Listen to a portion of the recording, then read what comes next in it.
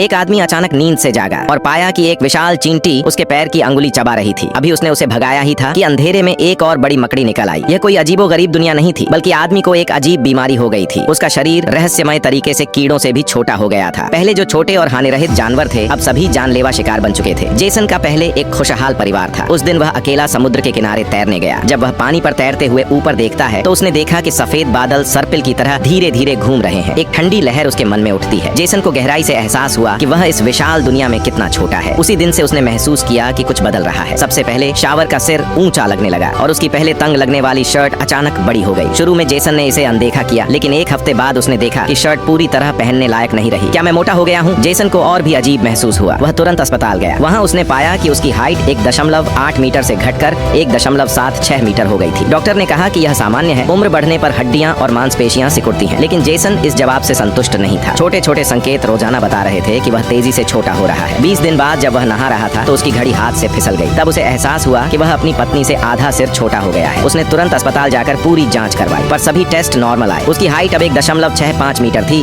और वजन भी कम हो गया था। डॉक्टर इसका कारण नहीं बता पाए। जेसन का शरीर और उसके अंग समान अनुपात में छोटे हो गए थे। यह डॉक्टरों ने पहले कभी नहीं देखा था। इन दिनों जेसन हर रात बुरे सपनों से जागता था। उसे साफ महसूस होता कि वह छोटा हो रहा है, लेकिन उसे रोकने का कोई तरीका नहीं था। पूरे महीने उसकी पत्नी जेसन की बीमारी की चिंता में लगी रही। उसकी आंखों में डर और उलझन थी। उसे डर था कि बिल्ली उसे चोट पहुंचा देगी। पत्नी ने उसे बाहर भेजा और बेटी को कमरे में पढ़ने को कहा। जेसन ने लंबे सोच विचार के बाद फैसला किया कि वह अपना घर बेच देगा और महंगी मेडिकल फीस चुका देगा। लेकिन जेसन किसी भी हालत में घर छोड़ना नहीं चाहता था, क्योंकि सिर्फ अपने कमरे में वह थोड़ा सुरक्षित महसूस करता था। वह थक गया था लगातार अस्पताल के चेकअप से। उसने तय किया कि अब वह अस्पताल नहीं जाएगा। मैं जीवित हूँ, मैं रिसर्च लैब की तरह खत्म नहीं होना चाहता। पत्नी रोते हुए बाहर चली गई। लेकिन इस झगड़े के बाद जेसन ने यह समझ लिया कि इस बीमारी का इलाज नहीं है। अब वह अपनी स्थिति का आनंद लेने का फैसला करता है। छोटा शरीर होने के फायदे भी हैं। कम से कम वह अपनी बेटी के खिलौने की जगह बन सकता है। लेकिन जल्दी ही उसने एक और समस्या देखी। अब सामान्य आवाजें भी उसके लिए अत्यधिक तेज लग रही थी। जेसन अब धीरे धीरे कमजोर और नाजुक कीड़े जैसा महसूस करने लगा। अपने आप को साबित करने के लिए उसने मछली के हुक से एक चढ़ाई का उपकरण बनाने की कोशिश की, लेकिन अचानक उसका प्यारा पालतू बिल्ली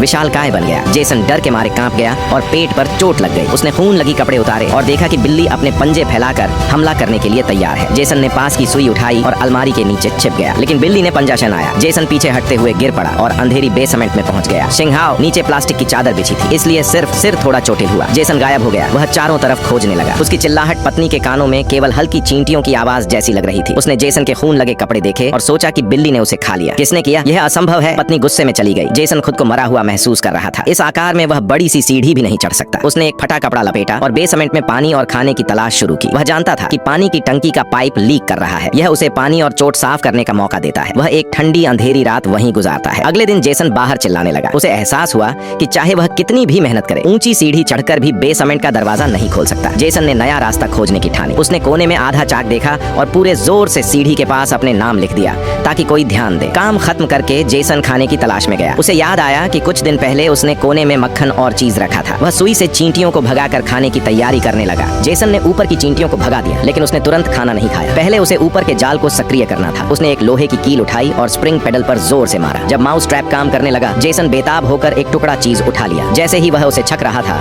पीछे से एक मकड़ी निकल आई। जेसन ने स्टील की सुई घुमाकर उसे भगाया। चूंकि इस समय उसका आकार बड़ा था, मकड़ी अंततः हार मान गई। लेकिन इस घटना ने उसे बेसमेंट की खतरनाक स्थिति का एहसास दिला दिया। यहाँ बहुत सारे सांप, कीड़े, चूहे और चींटियां थीं और इनमें से कोई भी उसके लिए जानलेवा हो सकती थी। जेसन पूरी तरह पसीने में तरबतर हो गया। आखिरकार उसने एक कार्डबोर्ड बॉक्स में छोटा सा छेद खोदा। ये जगह पहले सामान रखने के लिए थी, अब इमरजेंसी में वोशी के रूप में इस्तेमाल हो सकती थी। पुरानी किताब ने प्रवेश को ढक दिया। जेसन अब आखिरकार चैन की नींद ले सकता था। समय अनजाने में बीतता रहा। भूख लगने पर वह चीज का टुकड़ा खा लेता। बीच बीच में कभी कभी ऊपर से कदमों की आवाज आती, लेकिन कोई बेसमेंट में नहीं आता। जेसन के मन में हल्का डर था। अगर कोई उसे बचाने नहीं आया तो वह यहाँ मर जाएगा। चीज का टुकड़ा भी जल्द खत्म हो जाएगा। सबसे बड़ी समस्या यह थी कि उसका आकार लगातार घट रहा था। सुरक्षित रहने के लिए जेसन ने पहले ही हमला करने का फैसला किया। उसने उस मकड़ी को मारने की योजना बनाई जो उसे लगातार घूर रही थी। अभी उसका आकार मकड़ी से बड़ा था, लेकिन मकड़ी चालाक थी। वह अचानक पीछे से हमला कर गई। जेसन संतुलन खोकर मछली के टैंक में गिर पड़ा। खुशकिस्मती से टैंक में व्हेल शांत थी। उसने जेसन को खाना नहीं समझा। जेसन गीला शरीर लेकर बाहर निकला। इस बार उसने मकड़ी को ध्यान भटकाने के लिए ढक्कन का इस्तेमाल किया, लेकिन मकड़ी ने धैर्य नहीं दिखाया और सीधे हमला कर दिया। कुछ राउंड के बाद जेसन ने दुख के साथ महसूस किया कि अब वह मकड़ी का मुकाबला नहीं कर सकता। वह स्टील की सुई पकड़कर पीछे हटता रहा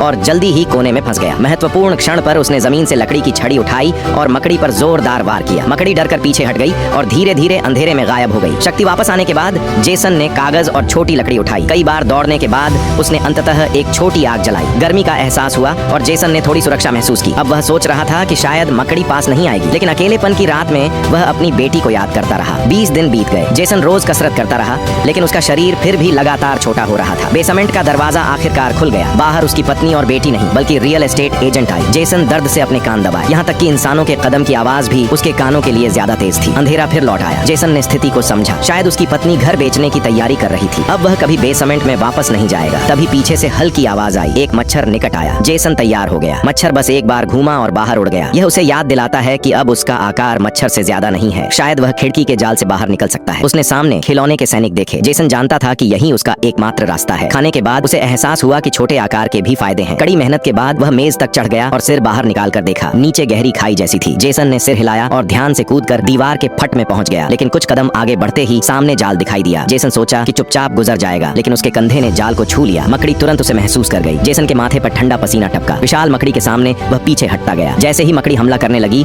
एक मक्खी गलती से जाल में फंस गई। बड़ी मकड़ी तुरंत दिशा बदल गई। जाहिर है कि वह मांस वाले शिकार को प्राथमिकता देती है। मौत से बचकर जेसन ने लंबी सांस ली। वह तुरंत खिड़की की ओर दौड़ा, लेकिन अब शरीर जाल से नहीं गुजर पा रहा था। जेसन घबराया नहीं। अपने लगातार घटते आकार के कारण वह जल्द ही बाहर निकल सकता था। अगले दिन सुबह जेसन तेज दर्द से जागा। 2 चींटियां उसके पैर चबा रही थीं। मुश्किल से उसे भगाया, लेकिन फिर वही मकड़ी फिर से आई। जेसन जल्दी से मुड़ा। अब वह तार के जाल को पार कर चुका था। सामने की मकड़ी सिर्फ निराश दिखी। अंधेरा धीरे धीरे छा गया। जेसन अकेले घास में चला गया। उसने देखा कि एक बड़ी उड़ने वाली तितली हवा में नाच रही थी। उसकी आंखें नम हो गईं। हालांकि उसने खुद को जकड़ से बचाया, लेकिन पत्नी और बेटी पहले ही कहीं और चली गई थी। जेसन के वर्तमान ताकत के अनुसार उनके साथ मिलना असंभव था, लेकिन एक चीज निश्चित थी, उसकी बेटी भी इस समय उसी तरह इस खूबसूरत आकाश को देख रही थी। जेसन धीरे धीरे नम हुआ। इस दुनिया में चाहे वह कितना भी छोटा क्यों न हो, वह और उसकी बेटी अभी भी जीवन में मौजूद है। केवल फर्क यह है कि उनके पास एक दूसरे के साथ बहुत सारी खूबसूरत यादें हैं। जेसन विश्वास करता है कि इन यादों के साथ उसका छोटा और संक्षिप्त जीवन भी अनोखे तरीके से चमकेगा।